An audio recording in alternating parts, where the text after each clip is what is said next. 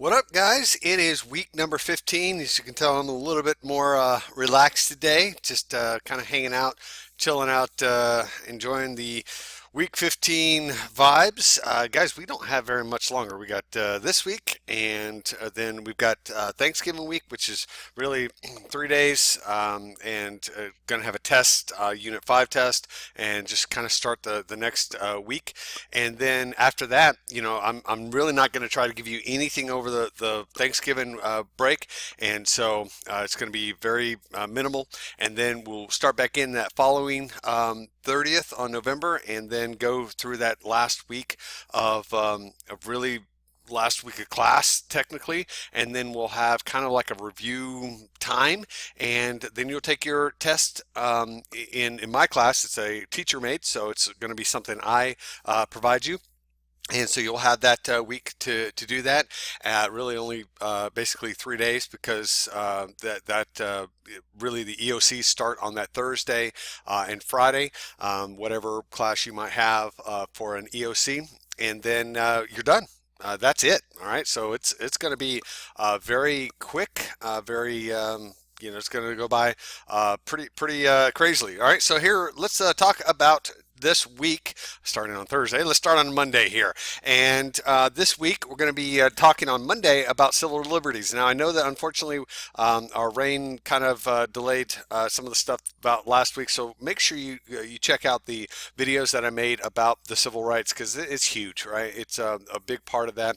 I wish we could have talked on Thursday about with my second class about that, but the 11 o'clock or 11:10 class got to talk about that a little bit. But this is a crash course that's really good. It talks about the 1960s as a whole, talking about all the stuff that's going on, all the craziness of the time period that's happening now. Just a reminder that you still need to do Unit 5 board work. Get it in. It is due by this Sunday, so make sure you get that in. But your attendance assignment this week, or for Monday, is a little different. This attendance assignment talking about civil rights. And we're going to be talking about the difference between civil rights and civil liberties. Now, those are different because I know that sometimes we mesh those together, but they're actually quite a bit different than what we would typically have. So one of the things that Martin Luther King, we hear about him, MLK Jr., and his I Have a Dream speech is pretty well-known speech, although there are some other really good speeches that he did that I think you really should definitely listen to. If you have not actually listened to an entire speech, I really encourage you to do that, because a lot of times what we do is we get small little pieces of a speech and we don't really recognize the whole of the speech, and it's something I really want to encourage you to make sure that you do as a student of history. Don't just take out the little quotes, don't just take out the little snippets, because a lot of times those snippets are actually taken out of context, and his context was pretty amazing. He talks about cashing a check, a promissory note. So if you don't know what those are, make sure you look those up, because these are really important terms for what we are dealing with even today. All right. So, he says, let us not seek to satisfy our thirst for freedom by drinking from the cup of bitterness and hatred. Wow, what a huge quote from him. And again, you always got to look at some of these quotes from the light of what they're saying, what the bigger context is, and by listening to the speech, you will really understand what he's talking about in this this quote and how it's impacting our government, our society. All right, so your instruction for this, I'm hoping you're going to have a little bit of insight and fun in this one. You're going to conduct research on various civil rights movements in America throughout the 1900s to the 2000s, and of course, today. So go broad, all right? And I want you to deal with any group that the definition above that I talked about here is guaranteeing equal social opportunities, equal protections under the law, regardless of race, religion, or other personal characteristics. All right. So those are some of the definitions of civil rights groups. All right. And I want you to choose the top 10 events, not necessarily in an order or impact, just choose 10 events that you feel have had the most influence on America and allows and the allowing of civil rights to be addressed. All right, not necessarily changed, but bringing to the forefront of national attention. Because obviously, there's still a lot of things that we need to change in our country today. But what has brought it at least to the forefront? Okay.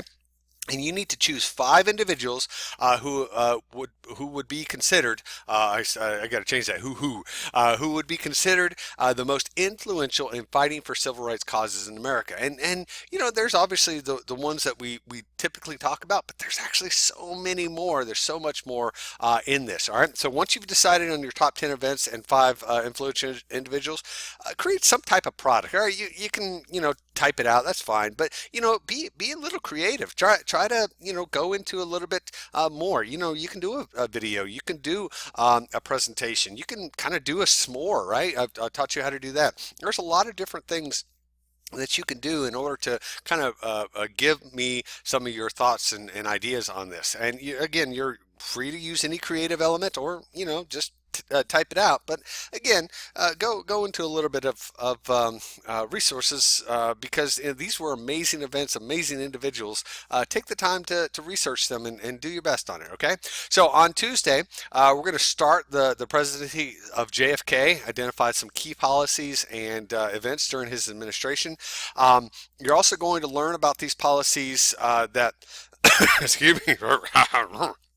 I don't have the Rona. I got I did a video here, so obviously you can watch that, but we will talk about it in class, and some of the cool things about JFK. You, of course, will have a quiz just about some of the stuff in the presentation. On Wednesday, you have a key terms key terms test or quiz. Make sure you talk about that. But we're also going to talk about the Great Society of LBJ. And of course, he was the president after JFK was assassinated. Now, interesting thing about LBJ that a lot of people don't understand is he was actually only elected once. He said he is not going to run for re-election. Of course, he finished out the JFK term, and then he was elected the first time. But then he's decided, nah, I'm not doing this. Of course, a lot of that is because of the Vietnam War and some of the stuff going on there. So on Thursday, we're going to be talking about the presidency of Richard Nixon. Of course, he was a president that was basically, he would have been impeached. He would have been removed from office. And we've talked about that before, how that works. Obviously, President Trump has been impeached, but not removed from office. Although as it stands right now, the American people said, you know what?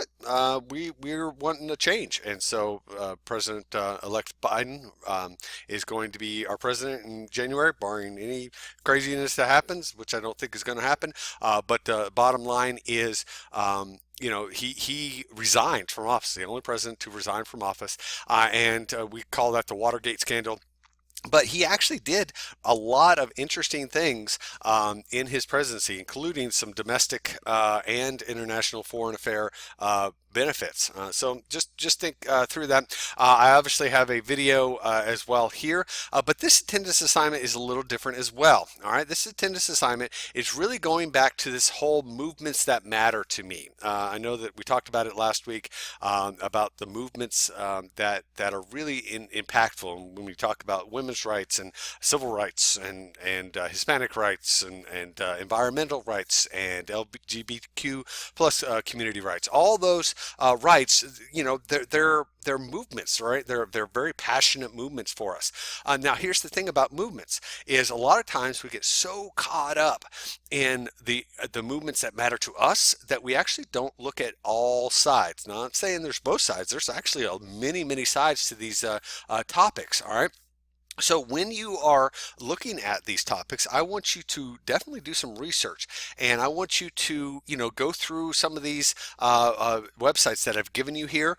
Some pretty amazing topics and discussions, and I tried to be very broad in how I provided you some ways to look at them. But what I'm asking is that you know both the pros and cons of your topic and be familiar with both or opposing viewpoints. All right, it's really important that you at least know those viewpoints, and I've tried to show that with those of you that have discussed with me some of your feelings and thoughts on stuff. I try to make sure that I know your viewpoint just as well, if not better at times, than what you have, and I want to always provide you a different idea, even if I don't necessarily, or even if I agree with your viewpoint.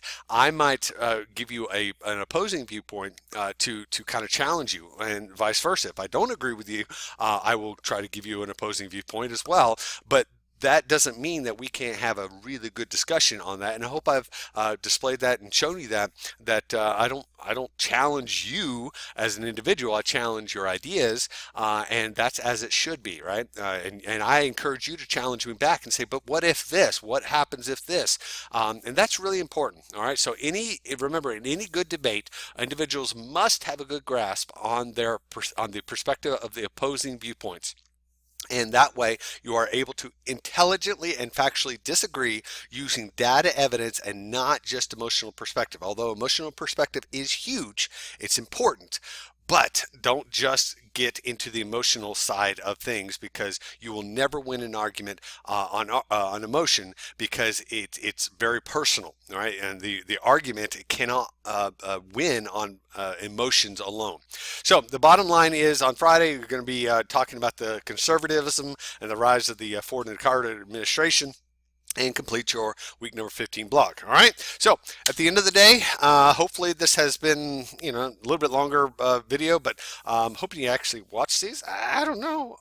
If you do, great. If you don't, I'm sorry. But the Friday the 13th memes, I hope you enjoyed them, because they were kind of fun, and learned some interesting things about Friday the 13th.